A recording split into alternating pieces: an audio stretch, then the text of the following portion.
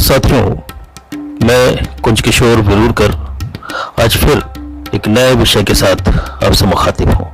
नमस्कार, शुभ प्रभात। आज का विषय मेरे लिए तो बहुत गंभीर है और आपके लिए आप ही तय कीजिएगा कितना गंभीर है। गंभीर है भी या नहीं है, क्योंकि पर्यावरणीय असंतुलन अब नई बात नहीं है। वनों की कटाई, प्रदूषण, बढ़ता तापमान, घटते स्रोत अब विषय ही नहीं लगते, क्योंकि बच्चों से लेकर बुजुर्गों तक सभी इन विषयों के बारे में जानते हैं। तो फिर आपको लग रहा होगा ना कि जब मैं ये जानता ही हूं तो इनकी बात ही क्यों कर रहा हूं। और ये बात ठीक भी है।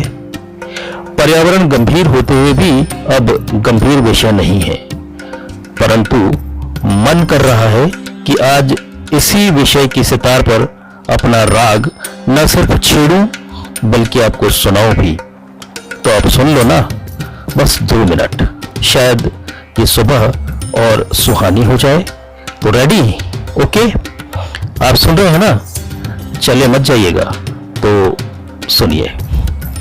एक पेड़ भला हमसे क्या मांगता है? शायद कुछ भी नहीं, सिवाय देखभाल और सुरक्षा के। पर देने की बात हो तो यह हमें क्या नहीं देता।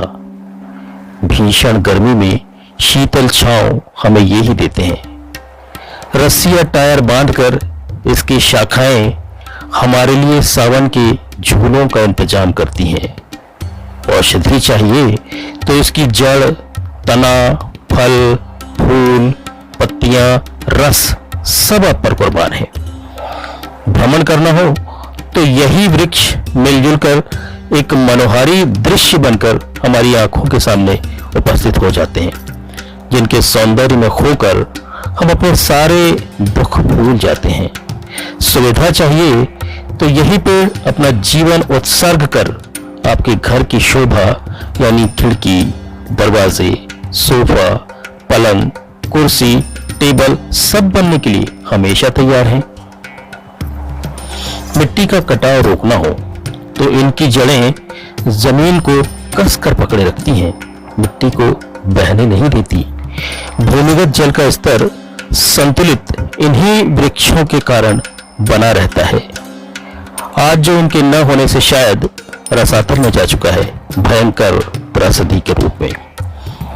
हमारा पर्यावरण स्वस्थ और सुंदर इन्हीं पेड़ों की वजह से बना रहता है, जो हमारे जीवन और स्वास्थ्य दोनों के लिए ही जरूरी है।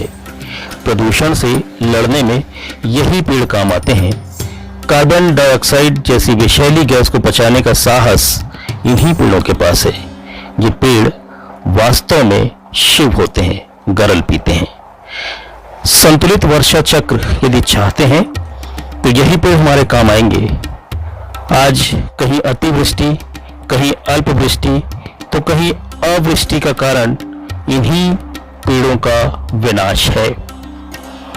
और अंत में हम मनुष्यों को जन्म से लेकर मृत्यु तक जो प्राणवायु, ऑक्सीजन की आवश्यकता होती है, ये पेड़ या वनस्पति ही देती है, जिन्हें यदि हम बाजार से खरीदने की कोशिश करेंगे तो शायद करोड़ों रुपए खर्च हो जाएंगे, जो हमारे लिए असंभव ही है।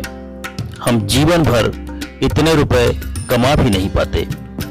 इतना उपकार हमारे माता पिता भी हम पर नहीं करते, जो ये वन या वनस्पति हम पर करती है। फिर भी हम इनके प्रति कृतज्ञ नहीं हैं। हमारी ये निर्ममता इनका नहीं, हमारा ही विनाश करेगी।